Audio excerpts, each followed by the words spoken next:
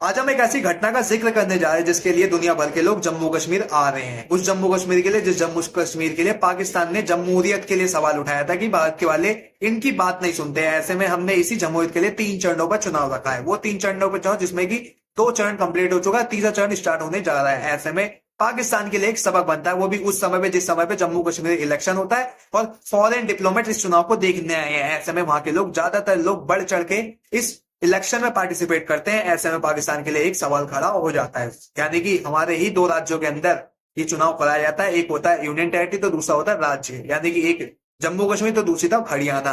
2 चरणों का चुनाव हो चुका है कंप्लीट। चरणों के फेज पे चुनाव कराया जाए जिसमें कि 2 फेज कंप्लीट हो चुके हैं। आने वाले समय में तीसरा फेज भी कंप्लीट हो जाएगा। सोचने वाली बात है कि ये वही राज्य है जिसके ऊपर कभी किसी ने विश्वास ही नहीं किया था कि यहाँ के लोग कभी अपना विधानसभा चुनेंगे। आज यही वो विधानसभा के चुनाव पे वोट दे रहे हैं। यानी कि 2014 में जो लास्ट टाइम विधानसभा का चुनाव हुआ था उस समय वहां का विधानसभा भंग हो गया था और इनका राज्य को एज ए यूनियन टेरिटरी बना दिया गया था। वहां पे केंद्र सरकार का कंट्रोल आ गया था। आज यही वो राज्य है जिसमें कि इस सरकार के द्वारा 2019 में 370 हटाया गया था और उसके बाद इनके राज्य में खुशहाली आई थी, शांति आई थी।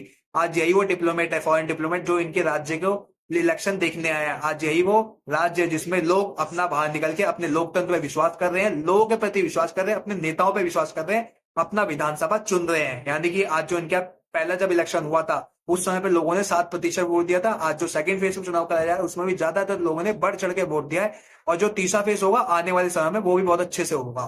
तो ऐसे में पाकिस्तान का एंगल क्या होगा भारत के लिए, और अब पाकिस्तान की न्यूज के बारे में बात कर लेते हैं। पाकिस्तान का एक डॉन अखबार छापता है कि असल मायने में जम्मू कश्मीर के लोग जो बाहर निकल के वोट दे रहे हैं वो लोग इसलिए वोट दे रहे हैं कि बीजेपी का शासन वहां से हटाया जाए। मैं आपको असल मायने बता दूं, वो एक केंद्र शासित प्रदेश है, वहां पे बीजेपी का ही कंट्रोल आता है क्योंकि वो केंद्र सरकार है। तो सोचने वाली बात है, ये लोग अपने यहाँ के लोगों को इसलिए मोटिवेट कर रहे हैं कि जिससे कि जो लोग बाहर निकल के वोट दे रहे हैं वो लोग असल मायने वोट इसलिए दे रहे हैं कि वहां की जो सरकार है उसे वहां से भगा सके। असल मायने पे इनकी जो औपचारिकता भाव है उससे ये साफ जाहिर नहीं होता कि वहां के लोगों को भगाने के लिए। दूसरी तरफ इनका का एक्सप्रेस ट्रिब्यून एक आतंकी यासीन मलिक की वाइफ का इंटरव्यू छापता है। उसमें कहती है कि भारत के अंदर जो जम्मू कश्मीर में इलेक्शन कराया जाए असल में वो भद्दा मजाक है, यानी कि इंडियन इलीगल ऑक्यूपाइड जो चुनाव हो रहा है वो एक भद्दा मजाक है। पर सोचने वाली बात है कि ये वही मोहतरमा है जिस समय पाकिस्तान के अंदर इलेक्शन कराया गया था उस समय पे इन्हें special advisory as a PM बनाया गया था। सोचने वाली बात है कि ये उसी आतंकी की वाइफ है जो भारत के लिए टिप्पणी कर रही है, यानी कि इनकी जो औपचारिकता भाव है वो सही मायने में दिखाई नहीं पड़ती,